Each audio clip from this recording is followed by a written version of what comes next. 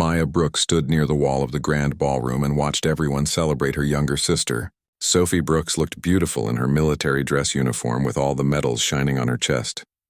Tonight was Sophie's night, and Maya knew she should be happy for her, but something heavy sat in her chest, making it hard to breathe. Maya wore simple civilian clothes because she had no uniform anymore. She resigned from the Earth Defense Fleet 3 years ago, and the reason stayed locked away in classified files that nobody could read. The official story said medical discharge, but people whispered other things when they saw her. They said she was a coward who broke down during a routine mission. They said she quit when things got hard. They said Sophie was the strong one, and Maya was the disappointment. The ballroom filled with decorated officers who came to honor Sophie's promotion to captain and her successful diplomatic mission to the Centauri colonies. Crystal chandeliers hung from the ceiling and soft music played in the background. Everyone looked so proud and confident in their uniforms. Maya felt like a shadow standing at the edge of all that light. She sipped water from a glass and tried to stay invisible, but that plan failed when Lieutenant Kyle Preston noticed her.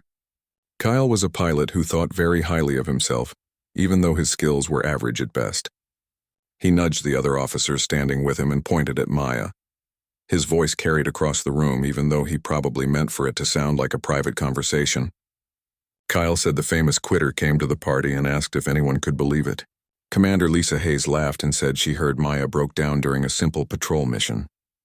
Lisa asked how someone like that could come from the same family as Sophie.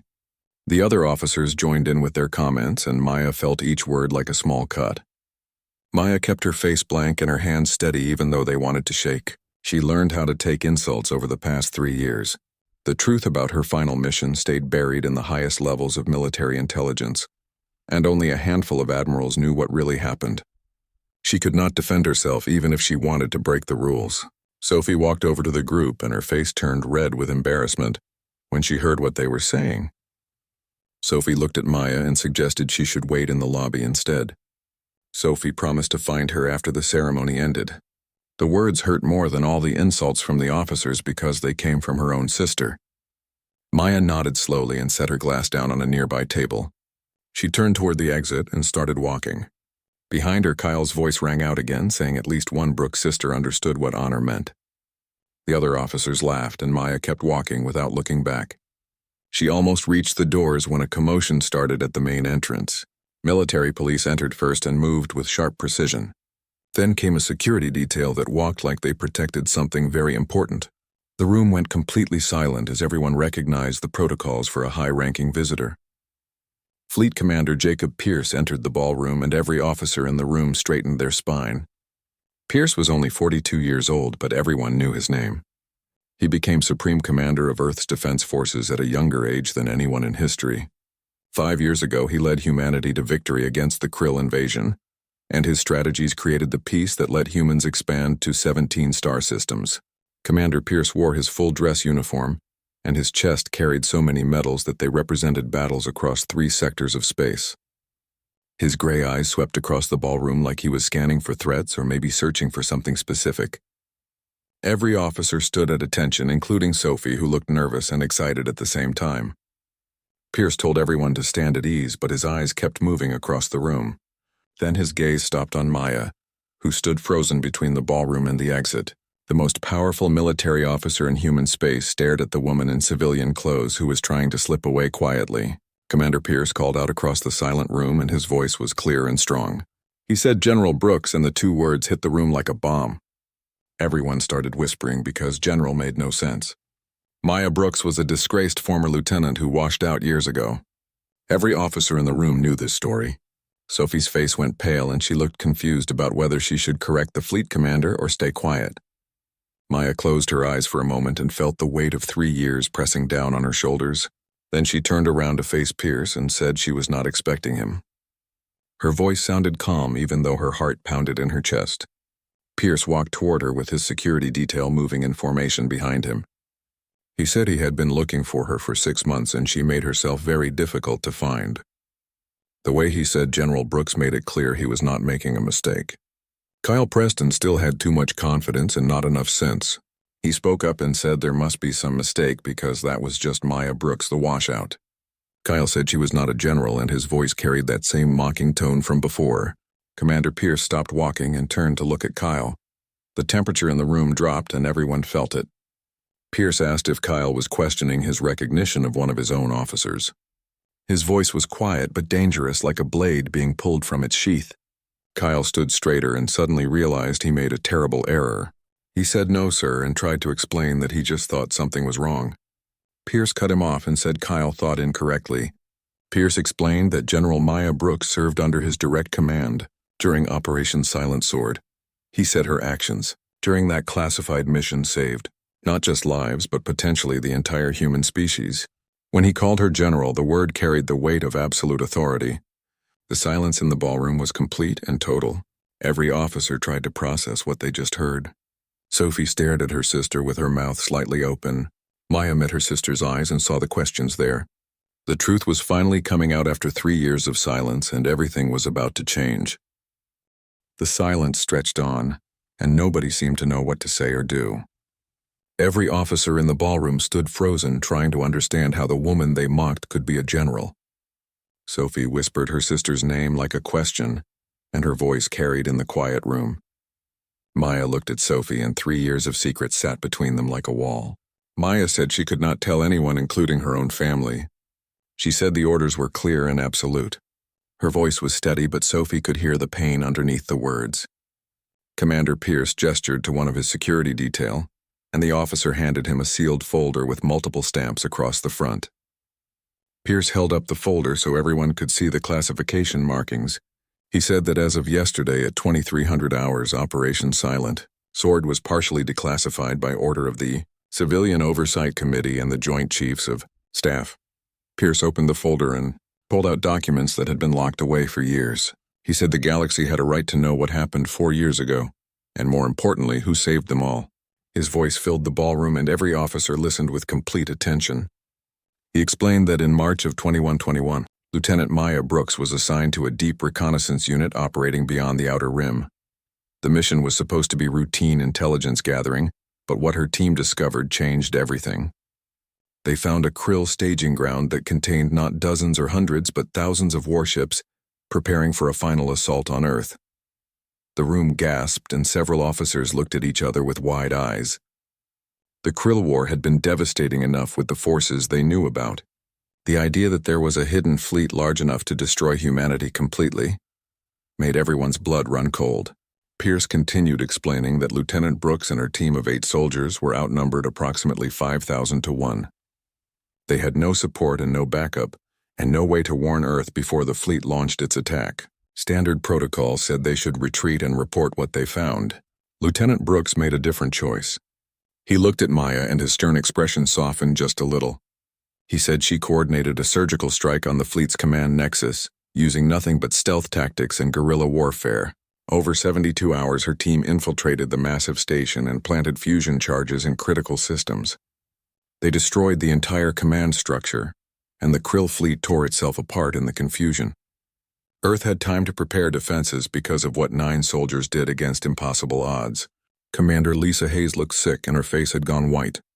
She asked if that was really Maya Brooks, and her voice shook. Lisa said the reports claimed something different. She could not finish the sentence. Pierce interrupted and said the reports said what they needed them to say. The mission stayed classified because revealing it would tell the Krill that humanity had intelligence capabilities beyond what the enemy suspected. It would compromise dozens of other operations across multiple sectors. So the military buried the mission, and they buried the people who made it happen. Sophie moved toward her sister with tears running down her face. She said Maya let everyone think she was a coward for 3 years. Sophie's voice broke as she tried to understand why her sister would accept such shame. Maya said one word that explained everything. Orders. She said she took an oath when she joined the military, and that oath meant something. The mission had to stay secret no matter what it cost her personally. Her family's opinion, her reputation, her own happiness, none of that mattered compared to the security of humanity. Commander Pierce closed the folder and handed it back to his aide. He said Lieutenant Brooks and her team accomplished their mission, but the cost was tremendous. Of the 9 soldiers who went into that station, only 3 came back alive. Lieutenant Brooks herself suffered injuries that required 2 years of recovery and extensive therapy. The medical discharge was real, but not for the reasons people assumed. He turned to address everyone in the room and his voice took on a harder edge. He said what was not real were the rumors. The whispers of cowardice and the assumptions of failure were lies built on ignorance. Maya Brooks was offered a promotion to captain immediately after the mission, but she declined. She was offered a position on his personal staff, but she declined. She was offered a full pension with honors, but she declined. The only thing she asked for was privacy and time to heal. Kyle Preston looked like he wanted to disappear, and Commander Lisa Hayes could not meet anyone's eyes. Sophie held her sister's hand and finally understood the burden Maya carried alone for 3 years. Pierce continued, and his voice was cold as he looked at the assembled officers. He said instead of being given the respect she earned, Maya was mocked by people who never saw a fraction of the combat she endured. She was dismissed by family members who did not understand that silence was her final act of service. His disappointment in the room was clear. Maya spoke quietly and said they did not know the truth. She said how could they know when everything was classified? She told Pierce she appreciated the declassification, but these people were not to blame for believing what they were told. Pierce called her general and said she was generous. He said respect should not require knowledge of someone's classified record. These officers mocked a fellow service member without knowing the full story, and without offering basic courtesy that every person deserves. He walked to the center of the ballroom, and his presence commanded attention from every person there. He said he came tonight not just to set the record straight about General Brooks, but to deliver a message to every officer in the fleet. Humanity was about to face its greatest challenge yet, and they could not afford division or mockery or assumptions. They needed unity and respect and the willingness to trust that everyone had a story they might not know. Admiral Charles Dixon stepped forward from where he had been watching in the corner. He asked Commander Pierce about the challenge he mentioned and if something happened. Pierce nodded and his expression turned grim.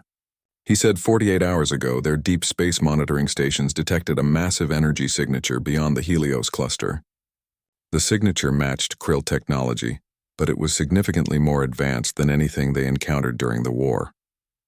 The analysts believed it was a revenge fleet possibly led by surviving Krill warlords who escaped the initial defeat. The room erupted in worried voices and officers started talking over each other. The Krill were supposed to be broken and scattered across the outer reaches of space.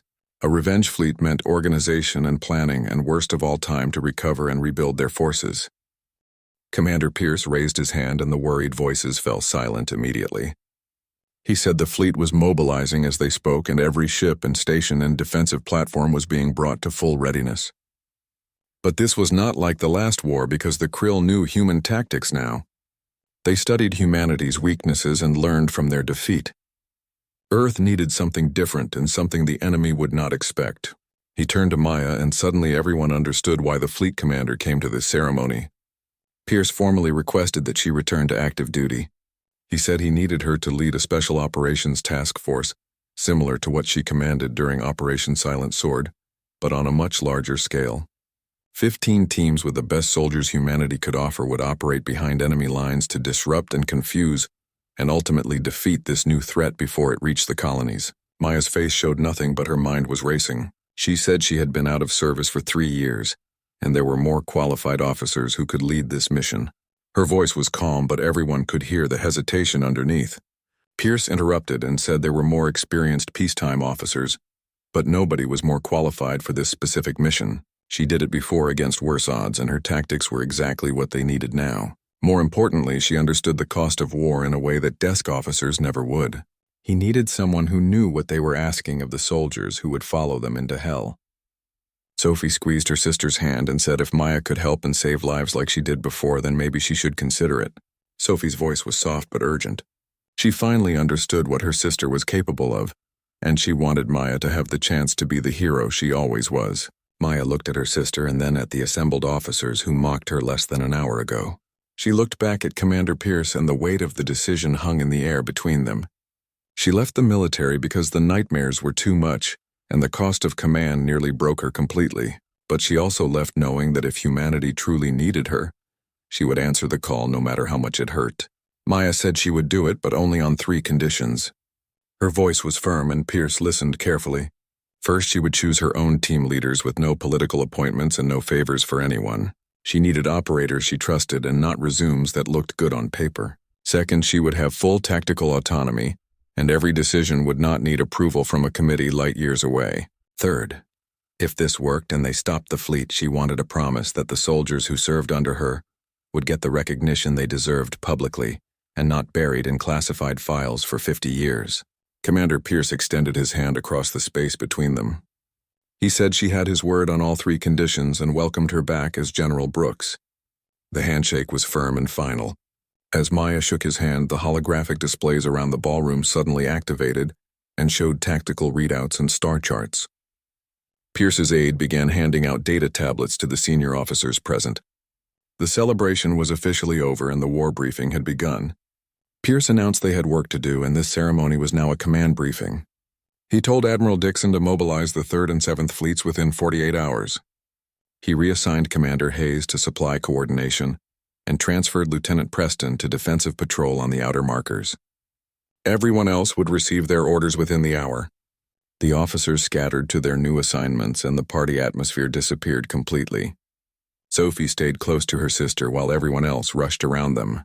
The ballroom that had been full of music and laughter was now full of urgent conversations about fleet movements and defensive strategies. Sophie said quietly that she was sorry for everything. Sorry for doubting Maya and being ashamed of her and not trusting that there was more to the story. Her voice broke and tears ran down her face again.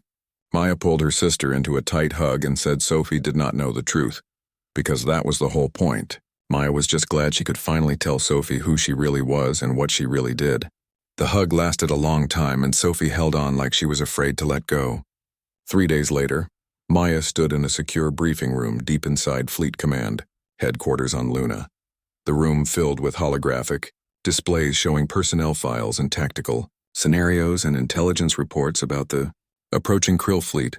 She spent every waking hour reviewing potential candidates for her task force, and now it was time to make her final selections. Commander Pierce entered with Admiral Grace Kelly, who was the head of Special Operations Command. Kelly saluted and said they received Maya's preliminary team selections. She added that some of the choices were very unconventional, and her tone suggested she had concerns. Maya pulled up a holographic display showing 15 names floating in the air. She said every person on this list had field experience and adaptability under pressure, and a proven record of thinking independently. That was what they needed for this operation, and not just people who followed orders blindly. Admiral Kelly pointed out that Captain Ben Wright was a logistics officer who never commanded a combat unit in his entire career. Her voice made it clear she thought this was a mistake. Maya countered that Ben was also the man who figured out how to resupply the defensive line at Epsilon Station when it was under siege for 3 months. He thought creatively about impossible problems, which was exactly what these teams would face in the field. She needed problem solvers and not just warriors who knew how to shoot straight. Pierce studied the list carefully and said, Lieutenant Commander Sarah Miller was disciplined twice for insubordination.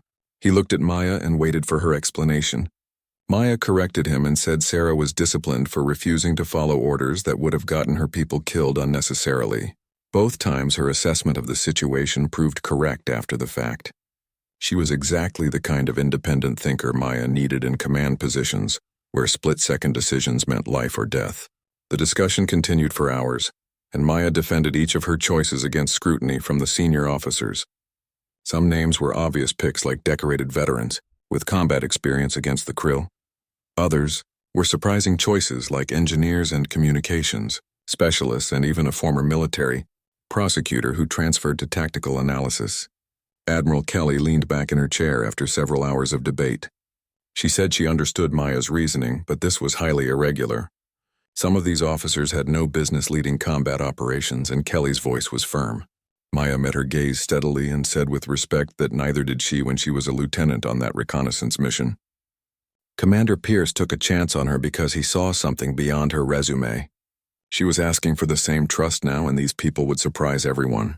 Pierce had been silent during most of the debate, but now he spoke. He said approved, and Maya's tactical autonomy meant her team selections would stand. He told Admiral Kelly to have all 15 officers transferred to Luna Base within 48 hours, because they needed briefing immediately. Kelly left to process the orders, and Pierce turned to Maya. He said she was betting everything on her judgment of character and taking a huge risk. Maya replied that she was betting on the belief that potential mattered more than past performance. Some of the best soldiers she ever knew were people nobody else believed in at first. Over the next 2 days, the 15 team leaders arrived at Luna Base from different ships and stations across the fleet. They came from different backgrounds and specialties, but they all shared one thing in common. Every single one of them was confused about why they received sudden transfer orders to report to General Maya Brooks. Maya met with each officer individually in private briefing rooms. She wanted to explain the mission personally and gauge their reactions before throwing them into team training. Some officers were excited and some were nervous, and a few looked terrified when they understood what she was asking them to do. Lieutenant Jake Morrison sat across from Maya with wide eyes that made him look even younger than his 24 years. He said he had only been in the fleet for 2 years and there were people with 10 times his experience. His voice shook slightly when he asked why she chose him. Maya pulled up his service record on the holographic display between them. She said 6 months ago, during a supply convoy escort through the asteroid field near Mars, he identified a pattern in what everyone else thought was random sensor noise. That pattern turned out to be pirates using stealth drones to set up an ambush. He saved 73 lives that day by trusting his instincts when everyone else dismissed the data as meaningless static. Jake protested that he was just doing his job, and any officer would have done the same thing. His humility was genuine, and that made Maya even more certain she made the right choice. Maya leaned forward and said that was exactly the point. He did his job regardless of whether anyone noticed or appreciated it. That was the kind of officer she needed for this mission, because there would be no recognition and no medals and no parades when they came home. The conversations continued, and Maya spoke with each team leader about their strengths and their fears. She was honest about the dangers they would face, and she made it clear that some of them might not come back. Nobody withdrew from the mission, and that told her everything she needed to know about the people she selected. The training program Maya designed was different from anything the fleet normally conducted. Instead of focusing purely on combat drills and weapons proficiency, she emphasized decision-making under pressure. She taught them how to communicate between teams in hostile territory, and how to build the psychological resilience needed for long-term isolation behind enemy lines. Commander Pierce observed several training sessions, and he noticed how Maya pushed her team leaders mentally as much as physically. In one exercise, she presented them with an impossible scenario. Their team was trapped in an enemy-held station with no extraction possible and running low on supplies. They had intelligence that could save millions of lives if it reached Fleet Command, but there was no way to transmit it without being detected and killed. Every team leader offered different solutions, and Maya listened to all of them without judgment. Some suggested suicide missions to transmit the data before dying. Others proposed holding out as long as possible and hoping for rescue. Lieutenant Commander Sarah Miller suggested something that made several officers gasp. She said they should negotiate with the enemy using the intelligence as leverage to save their own lives, and possibly get the information out through diplomatic channels. One of the other officers objected immediately and said that was treason. His voice was loud and angry. Several others nodded in agreement because giving intelligence to the enemy went against everything they learned in training. Maya held up her hand for silence and said Sarah's suggestion was not treason, but creative thinking. In war, there were no perfect solutions and only choices that carried different costs. Sarah's idea would likely fail, but it was exactly the kind of unconventional thinking that might save lives in an impossible situation. The point of the exercise was not to find the right answer, but to learn how to think when there were no right answers. She walked among the 15 officers and made eye contact with each one. She said they needed to understand the truth about what they were going to do. They would be outnumbered and cut off from support. They would face situations where every choice looked like the wrong one. Some of them would not come home alive. The training room fell silent and nobody moved. Maya's voice was quiet, but every word carried weight. She said she needed them to understand that now before they deployed. This was not a glory mission, and there would be no parades or medals announced at ceremonies.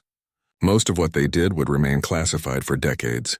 Their families would worry, and their friends would wonder why they changed. They would carry memories that would wake them up at night for the rest of their lives. Jake Morrison raised his hand hesitantly and asked why she was telling them this. He said commanders usually gave inspiring speeches about victory and honor before missions. His question was genuine and not challenging.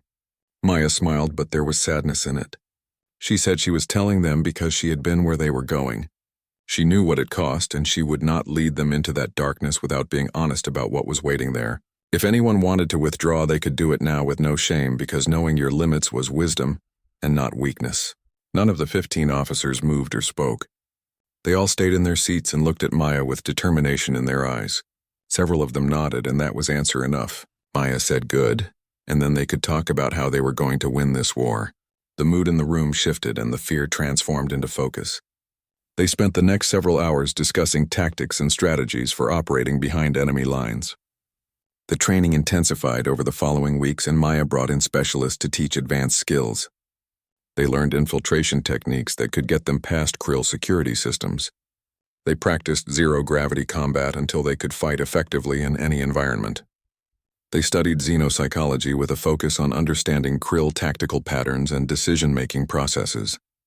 Maya also arranged for each team leader to spend time with trauma counselors, because she knew that mental health was as important as physical readiness. Some officers were reluctant at first because they thought talking to counselors meant they were weak. Maya told them that ignoring trauma was what made soldiers break, and asking for help was what made them strong.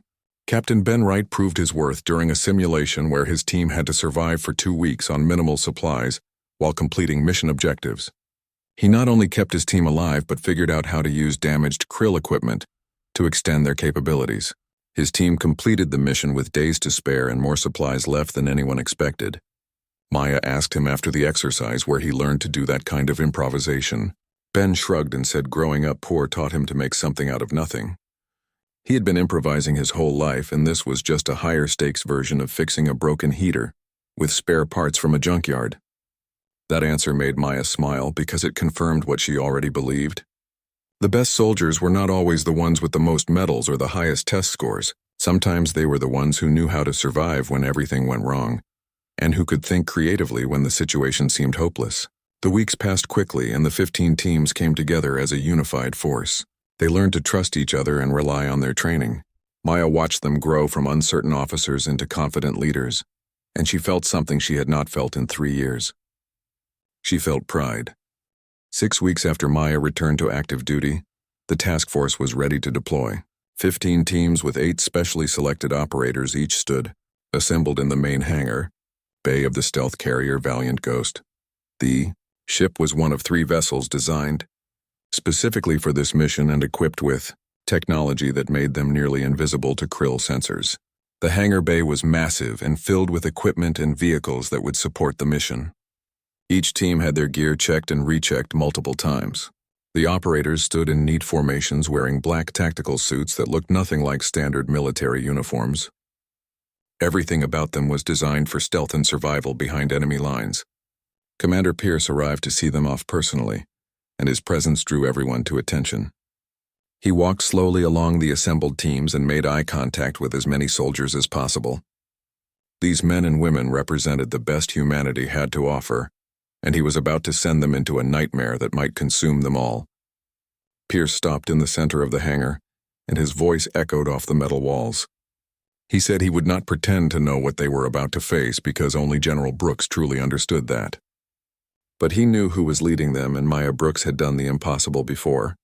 She taught each of them to do the same, and that gave him confidence they would succeed. He told them to trust their training and trust their team leaders. Most importantly, they should trust that what they were doing mattered. The survival of billions of people depended on their success, and that weight was heavy, but it was also an honor to carry.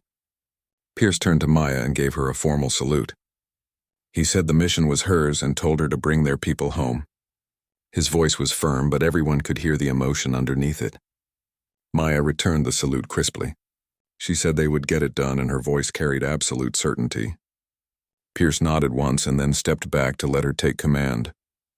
As the Valiant Ghost prepared for departure, Sophie appeared at the edge of the hangar. Maya had said goodbye to her sister earlier that morning, but Sophie came back one final time. She pushed past the security checkpoint and ran toward Maya, who met her halfway. They embraced tightly, and Sophie was crying. She whispered that Maya had to come back, and she said please like it was a prayer. Her whole body shook with fear for her sister. Maya held Sophie close and said she would do her best. She told Sophie that if something happened, she needed to make sure their parents knew the truth. They deserved to know who Maya really was and what she did for humanity. Sophie pulled back and looked at her sister with fierce determination through her tears. She said Maya would tell them herself when she came home. She refused to accept any other possibility. The sisters hugged one more time, and then Maya pulled away gently. She walked back to her team and did not look back because looking back would make leaving harder. Sophie stood at the edge of the hangar and watched until the loading ramp closed and she could not see her sister anymore. The Valiant Ghost launched 30 minutes later, and its engines hummed with barely contained power. The stealth carrier was followed by its sister ships, Shadow Dancer and Silent Blade. All three vessels looked like dark shadows against the stars as they accelerated away from Luna Base. The fleet of carriers headed toward the edge of known space where intelligence reports placed the gathering Krill revenge fleet. The analysts estimated they had 3 months before the enemy would be ready to attack human colonies. That gave Maya's task force a narrow window to infiltrate and disrupt and ultimately defeat a force that outnumbered them hundreds to one. As the ships entered faster than light travel, the stars outside the viewport stretched into long streaks of light. Maya stood on the bridge of the Valiant Ghost and watched the display. Lieutenant Jake Morrison approached her hesitantly, and his young face showed the nervousness he was trying to hide. Jake said the teams were getting nervous now that the mission was really happening. He asked if she had any advice for soldiers who were scared. His voice was quiet because he did not want the other bridge crew to hear. Maya looked at him and remembered being exactly where he was right now. She remembered the fear before her first major mission, and how it felt like ice in her veins. She told him to share something with his team. Being afraid did not make anyone a coward, and being afraid while moving forward anyway was what made someone a soldier. Everyone was scared, but they were scared together, and that made all the difference. Jake nodded and looked a little less worried. He thanked her and went to talk to his team. Maya watched him go and hoped her words would help when things got difficult. The three carriers traveled for 2 weeks before they reached the outer edge of Krill space. They moved slowly and carefully, using every stealth technology available to avoid detection. The Krill had scanning stations throughout this region, and one mistake would alert the enemy to their presence. Maya gathered all 15 team leaders in the main briefing room for final instructions. Holographic displays showed the target area, which was a massive staging ground, where the Krill were assembling their revenge fleet. Thousands of ships clustered around 3 enormous space stations that served as command centers. She explained that each team would insert at different locations around the perimeter. Their primary objectives were to gather intelligence and sabotage critical systems, and create chaos in the enemy command structure. If they did their jobs right, the Krill would turn on each other before they ever reached human space. Sarah Miller asked what the extraction plan was, and several other team leaders leaned forward to hear the answer. Maya was silent for a moment and then told them the truth. There was no guaranteed extraction, and they would need to make their way to designated pickup points if and when the mission was complete. Some teams might not make it to extraction, and some might need to find their own way home. The room was quiet as everyone absorbed that information. They knew the mission was dangerous, but hearing it stated so plainly made it real. Captain Ben Wright said they understood the risks and they were ready to do what needed to be done. The other team leaders nodded in agreement. Maya felt pride swell in her chest as she looked at these officers. They were afraid, but they were committed, and that combination was what made heroes. She told them to get some rest because they would insert in 24 hours. Everyone filed out of the briefing room quietly and headed to their quarters. That night Maya could not sleep, and she walked the corridors of the Valiant Ghost alone. She passed sleeping quarters where operators rested before the mission. She passed equipment bays where techs performed final checks on gear. She passed the medical bay where doctors prepared for casualties. Eventually, she found herself in the observation deck, where large windows showed the stars outside. Commander Pierce had given her a private communication device before she left, and it chimed softly in her pocket. She pulled it out and saw a message from him. The message was short and simple. Pierce said he believed in her and he believed in the people she chose. Whatever happened in the next 3 months, humanity would remember what they tried to do. He ended by saying the fleet was ready to support them however they could, and that she should stay alive because Earth needed leaders like her. Maya read the message twice and then closed the device. She stood at the window and looked at the stars and thought about all the people depending on her. Sophie and her parents and Commander Pierce and billions of humans who would never know her name. The weight was crushing, but she had carried it before and she would carry it again. Tomorrow they would insert into enemy territory and the real mission would begin. Tonight she allowed herself one moment of doubt and fear, then she pushed those feelings down deep and locked them away. Her teams needed a leader who was confident and strong, and that was what she would give them. The insertion began at 0400 hours when the Krill patrol patterns showed a small gap in their sensor coverage. Maya watched from the bridge as the first drop pods launched from the Valiant Ghost carrying teams into enemy territory. Each pod was designed to be nearly invisible and would burn up after delivering its payload to cover any evidence of human presence. Team after team launched into the darkness, and Maya felt each departure like a weight added to her shoulders. She was sending these soldiers into danger based on her plan and her judgment. If she was wrong, they would die and their deaths would be on her conscience forever. Jake Morrison's team was the 7th to launch, and Maya watched his pod disappear into the black. Sarah Miller went next, and then Captain Ben Wright and the others followed in carefully timed intervals. Within 2 hours, all 15 teams were inserted, and the carriers pulled back to a safe distance to wait. Maya moved to the communications center where she would coordinate the teams from a secure distance. A wall of monitors showed data feeds from each team's position. The teams would maintain radio silence except for critical updates, but their gear sent automatic status pings that showed they were alive and moving. The first 24 hours were the most dangerous because the teams needed to reach their staging areas without being detected. Maya watched the status monitors and counted each ping like heartbeats. Green meant the team was operational, yellow meant minor issues, and red meant casualties or compromise. All the monitors stayed green, and Maya allowed herself to breathe a little easier. Team 3, led by Sarah Miller, reached their objective first, which was a supply depot on the outer ring of the staging area. Sarah's team spent 6 hours observing the facility and learning the guard patterns. Then they moved in during a shift change and planted charges on the main fuel storage tanks. The explosion was massive and lit up the darkness of space. Krill ships rushed to the depot to fight the fires and rescue survivors. While they were distracted, Team 6 moved into position at a nearby command relay and began uploading a virus into the enemy communication network. The virus was designed by human intelligence to spread slowly through Krill systems and corrupt data without being detected. Over time, it would make their fleet coordination nearly impossible. Captain Ben Wright's team delivered similar viruses at 2 other locations, and the infection began spreading through the enemy network. Maya watched the operation unfold across multiple monitors and coordinated the timing of each strike.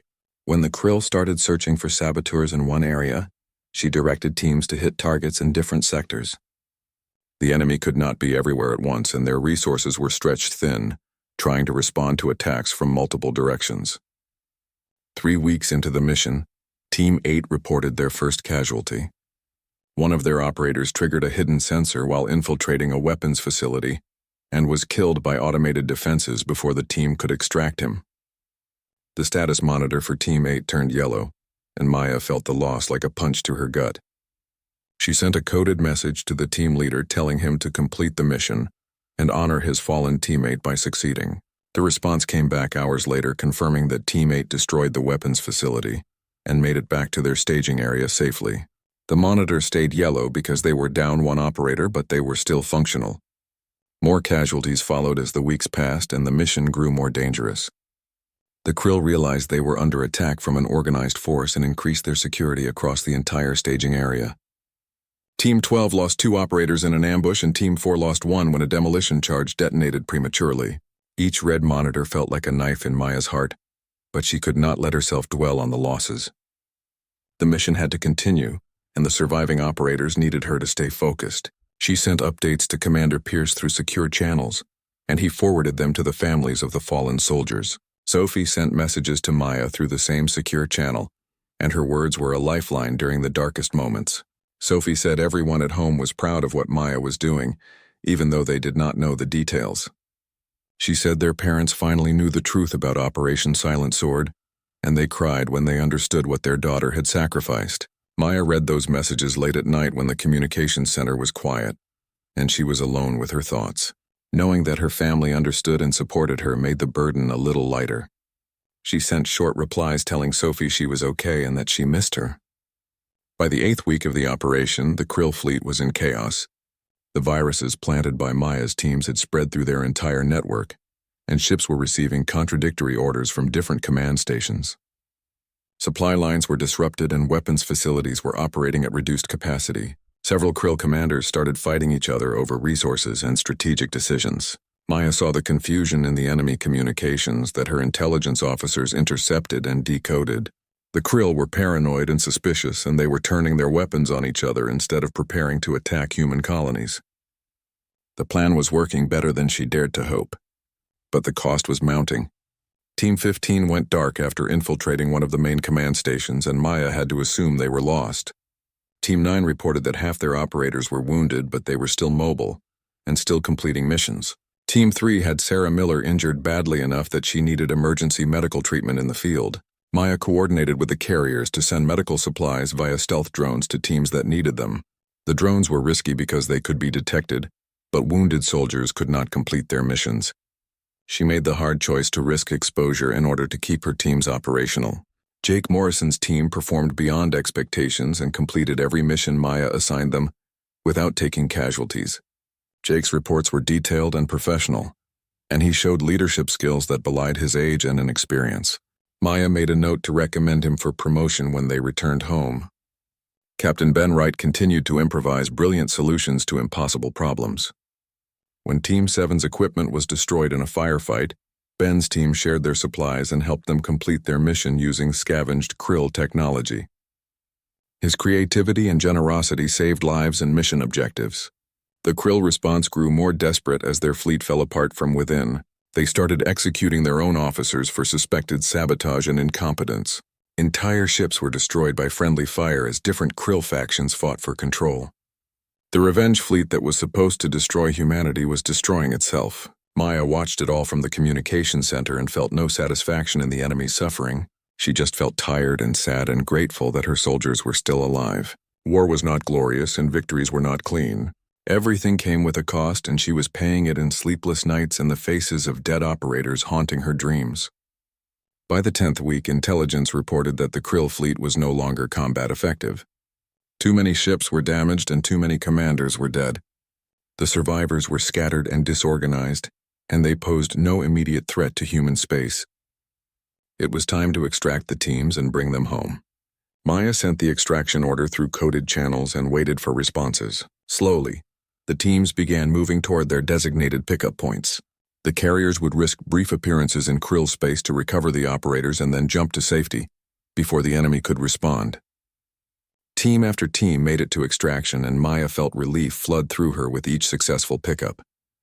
Jake Morrison's team arrived first, and they looked exhausted but alive. Sarah Miller's team came next, and Sarah was being carried by her teammates, but she was smiling. Captain Ben Wright's team was the last to extract, and they brought recovered intelligence data that would help Earth understand Krill technology better. But not everyone made it home. Team 15 never responded to the extraction order, and search teams found no trace of them. Team 12 extracted with only 4 of their 8 operators surviving. Team 9 lost 3 more operators during their extraction when they were ambushed on their way to the pickup point. When the final count was complete, Maya had lost 11 operators with another 23 wounded. It was lighter casualties than anyone expected, but each loss hurt. She knew their names and their faces and their stories. They were not just numbers on a report, but people who trusted her leadership and paid the ultimate price. The journey home took 2 weeks, and Maya spent most of that time visiting with the teams and checking on the wounded. The medical bay was full of operators recovering from injuries, and she made sure to speak with each of them personally. Some had burns from firefights, and others had broken bones from falls during escapes. All of them were exhausted but proud of what they accomplished. Sarah Miller was recovering from a deep cut across her side that required surgery. She sat up in her medical bed when Maya entered and tried to salute, but Maya told her to rest. Sarah smiled and said her team was ready for the next mission whenever Maya needed them. Maya sat beside the bed and said there would be no next mission for a while, because they all earned a long rest.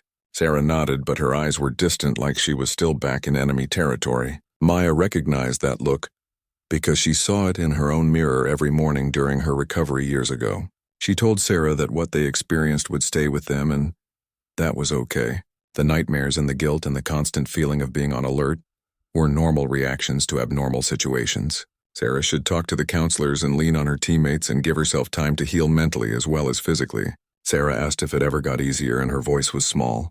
Maya was honest and said no, it never got easier, but you learned to carry it better. The weight never lifted, but your shoulders got stronger. That answer made Sarah cry quietly, and Maya held her hand until she fell asleep. Jake Morrison found Maya in the observation deck late one night during the return trip. He stood beside her at the window and they watched the stars together in silence for a while. Finally, Jake said he kept seeing the faces of the Krill soldiers his team killed during the mission. He knew they were the enemy, but they were also people, and that made everything complicated. Maya nodded and said that was the burden of being a thinking person in wartime. Anyone could kill without feeling, but good soldiers understood the weight of taking lives even when necessary. Jake should not try to make those feelings go away, but instead remember them as proof that he had not lost his humanity. Jake asked how she dealt with it, and Maya told him she carried every face with her. Sometimes late at night she would think about all the people she killed during Operation Silent Sword, and wonder if any of them had families waiting for them. The wondering never stopped, but it reminded her why peace was worth fighting for. Captain Ben Wright organized a memorial service for the 11 operators who did not come home. The service was held in the main cargo bay with all the surviving team members present. Each fallen soldier was honored with stories from their teammates and a moment of silence. Maya spoke at the service and her voice carried across the bay. She said these 11 soldiers died doing the most important work anyone could do, which was protecting people who would never know their names. The families would get sanitized reports, but the truth would stay classified. That was the price of this kind of service, and it was unfair, but it was necessary. She told the assembled operators that they should honor their fallen teammates by living good lives, carry their memories and tell their stories when the missions were finally declassified. Remember that they were people with dreams and fears and hopes, and that their sacrifice meant something. The cargo bay was silent except for quiet crying from some of the operators. Maya saluted the memorial display showing pictures of the 11 fallen, and everyone else snapped to attention and saluted with her. It was a small ceremony, but it carried more meaning than any public funeral could provide. When the carriers finally reached Luna Base, they were greeted by a small reception of senior officers. Commander Pierce was there along with Admiral Kelly and other command staff. The return was kept quiet because the mission was still classified, but the people who needed to know understood what had been accomplished. Pierce shook Maya's hand and said the mission exceeded every expectation. The Krill revenge fleet was destroyed without firing a shot at human colonies, and Earth was safe. The intelligence gathered would help humanity prepare for future threats. Every operator who served deserved recognition, and he would make sure they got it. Maya thanked him, but her mind was on the 11 who did not return. Pierce saw her expression and told her that those losses were tragic but acceptable given what was at stake. Hundreds of thousands or maybe millions of human lives were saved by what her teams did. She knew he was right, but it did not make the guilt any lighter. Command meant accepting that some people under your leadership would die, and you had to live with those decisions. Maya was good at command, but she hated this part of it with everything in her soul. Sophie was waiting at the edge of the landing bay, and she ran to Maya as soon as the security perimeter allowed. They crashed together in a hug that lifted Maya off her feet. Sophie was crying and laughing at the same time and saying she knew Maya would come back. Maya held her sister tight and felt some of the tension drain from her body. Being home and being safe and being with family made everything else seem a little less heavy. Sophie pulled back and looked at Maya's face and said she looked tired but strong. Maya said she was both those things and probably would be for a long time. Sophie linked arms with her, and they walked together away from the landing bay. The other operators dispersed to their quarters or medical treatment or debriefing sessions. The mission was over, but the work of processing what happened was just beginning. Over the next few days, Maya wrote personal letters to the families of the 11 fallen operators. She could not tell them details about how their loved ones died, but she tried to convey that their sacrifice mattered and that they were brave until the end. Each letter was painful to write but necessary. The families would receive sanitized reports from the military and small survivor benefits, but they would never know the full truth. Their sons and daughters and husbands and wives died as heroes stopping an invasion that never came. That knowledge would have to be enough because anything more would compromise security. Commander Pierce called Maya to his office for a private meeting. He said the civilian government wanted to honor her and her teams publicly. The missions were being partially declassified so that people could understand the threat that was averted and who averted it. Maya asked if that was wise, and Pierce said it was necessary. Humanity needed heroes and needed to know that their military was protecting them. The operators who served deserved recognition and their families deserved to be proud.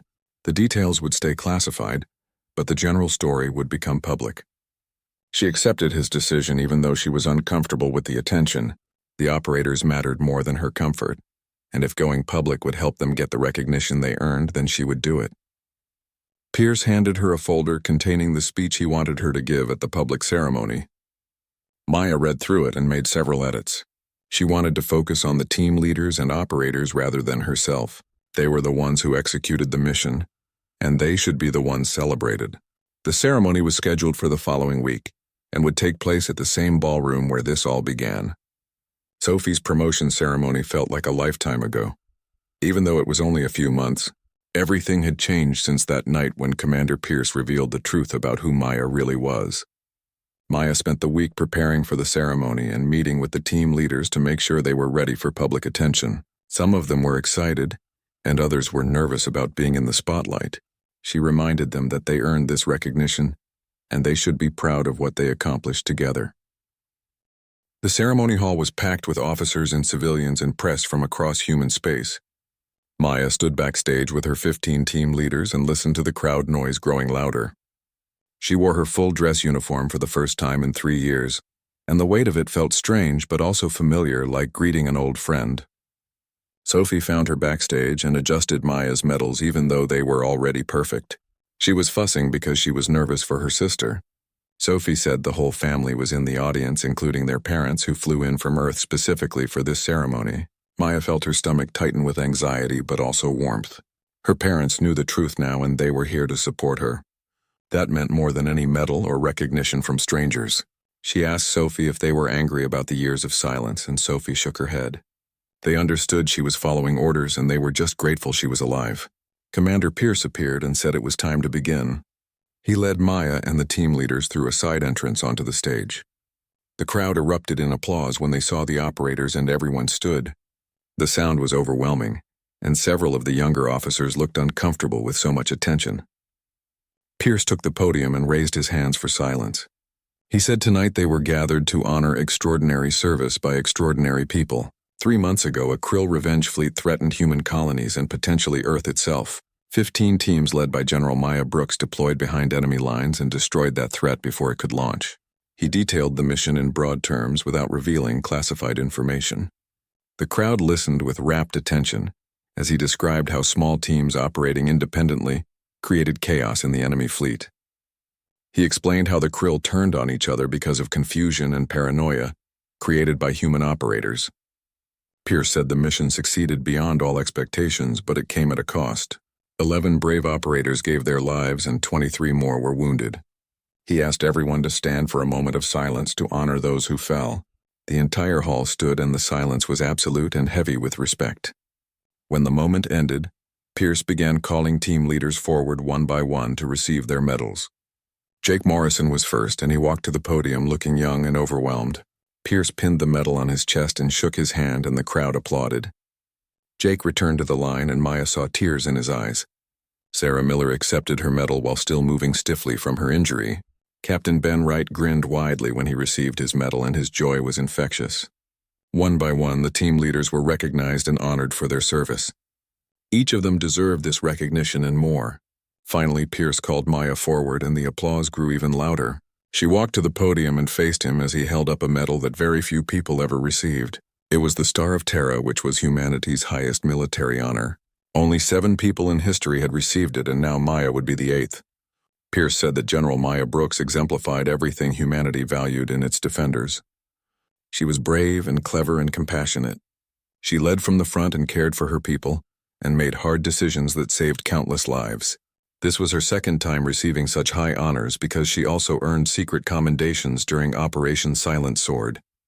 He pinned the Star of Terra on her uniform and saluted her formally. Maya returned the salute and then Pierce surprised her by pulling her into a brief hug.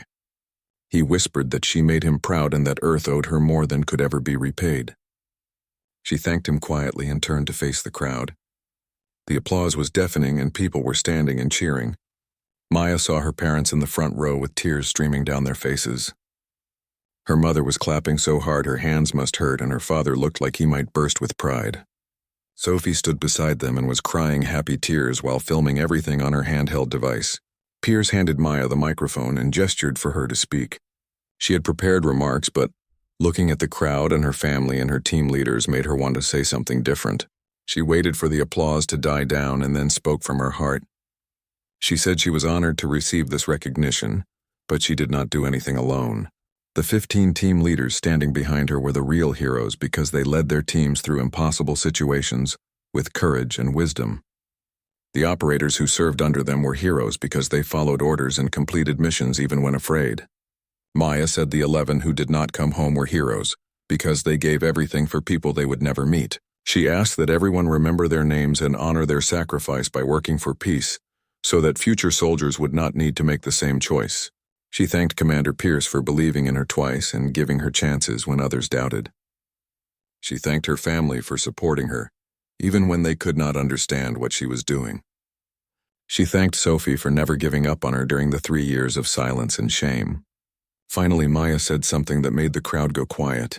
She said being a soldier was not about glory or medals or recognition. It was about service and sacrifice and doing what was necessary, even when it cost everything. Anyone wearing a uniform understood this truth and carried that burden. She said she was proud to serve alongside people who understood that burden and carried it with dignity. The operators behind her and the thousands of soldiers watching from across human space were the real strength of humanity. They were the ones who stood between civilization and chaos. Maya handed the microphone back to Pierce and returned to her position with the team leaders. The crowd applauded again, but it was different now. It was respectful and thoughtful rather than celebratory. Her words reminded everyone that war was serious and soldiers paid prices that civilians never saw. After the ceremony ended, Maya was surrounded by press wanting interviews and civilians wanting to shake her hand. She answered questions patiently and posed for pictures because that was part of the job now. But her mind was on her teams and making sure they were okay with all the attention. Jake Morrison was talking to reporters about his experience, and he looked more confident than when they first met. Sarah Miller was sitting down because standing too long hurt her injury, but she was smiling and laughing with other officers. Captain Ben Wright was showing his family his medal, and his pride was obvious. Maya's parents finally reached her through the crowd, and her mother hugged her so tightly she could barely breathe. Her father waited his turn and then wrapped both Maya and her mother in his arms. They stood like that for a long time, and nobody said anything because words were not needed. Her mother finally pulled back and held Maya's face in her hands. She said she was sorry for not understanding and for the years of distance between them. Maya said there was nothing to forgive because they did not know. Her father said they knew now, and they would spend the rest of their lives being proud of both their daughters. Sophie joined the family hug, and they stood together in the middle of the crowded hall. Around them, the celebration continued, but for Maya, this moment with her family was the real victory. The medals and recognition were nice, but having her parents understand and accept her was what she needed most. Later that night, after the ceremony ended, and the crowds dispersed, Maya returned to the memorial wall at Luna Base. The names of her 11 fallen operators were now inscribed there permanently alongside thousands of other soldiers who died defending humanity. She stood in front of the wall and read each name slowly. Lieutenant Peter Cole died first when he triggered that sensor at the weapons facility. Sergeant Linda Park and Corporal Marcus Lee died in the ambush that hit Team 12. Each name represented a person with a story and a life cut short. Maya knew she would carry these names with her for the rest of her life, just like she carried the names from Operation Silent Sword. Behind her, Sophie approached quietly and stood beside her sister. Sophie asked if Maya was okay, and her voice was gentle. Maya said she was okay, but she would never forget these people. Sophie said that was good because they deserved to be remembered. Maya turned away from the wall and looked at her sister. She said she was ready to go home now. Sophie linked arms with her, and they walked together through the quiet corridors of Luna Base. Outside the windows, Earth hung in space, looking blue and beautiful and peaceful. The Krill revenge fleet never reached human colonies, and billions of people would live their lives, never knowing how close they came to destruction. Maya and her teams made sure of that, and the cost was 11 lives and 23 wounded and psychological scars that would never fully heal. But it was worth it. Maya believed that with everything in her soul. The mission was worth the cost, and the sacrifice meant something. The nightmares would come and the guilt would stay, but so would the knowledge that she saved lives and protected innocence, and served something bigger than herself. She thought about the woman she was 3 years ago standing in this same place after Operation Silent Sword. That Maya was broken and lost and carrying secrets that crushed her spirit. She thought about the woman she was 3 months ago standing at Sophie's ceremony, being mocked and dismissed as a failure.